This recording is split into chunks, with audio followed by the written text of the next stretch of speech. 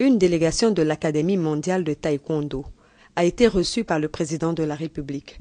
Parmi les membres de cette fédération, le célèbre maître Kim Young-tae, 9e dan de taekwondo, le vice-président de la Fédération mondiale, le docteur Lee Dae-soon, et le président de la Fédération ivoirienne de taekwondo, le ministre Bamba-Cheikh Daniel.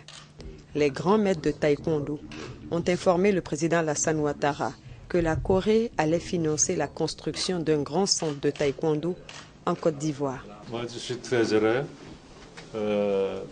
pour rencontrer le président de l'État. Il aime beaucoup de taekwondo. Je suis très content. Et puis, comme ministre Bamba-Cheikh, il travaille très bien, très puissant. Nous sommes très contents. Le président de la République accepte de nous mettre dans la délégation officielle pour venir en Corée l'accompagner, qu'il accorde une audience spéciale au président de l'Académie mondiale taekwondo, au secrétaire général de la Fédération mondiale taekwondo, au grand maître Kim. C'est pour dire que nous avons acquis nos lettres de noblesse.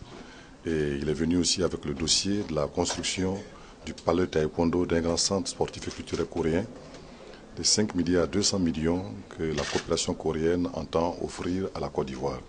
Donc nous devenons là le hub du taekwondo africain et mondial. Mais tout cela n'est que échange de bons procédés puisque le président a financé en 2 ans l'organisation de 2 grandes rencontres de taekwondo en Côte d'Ivoire, la Coupe du monde francophone avec 26 pays en 2012 et la Coupe du monde de taekwondo pour la première fois en 40 ans en Afrique.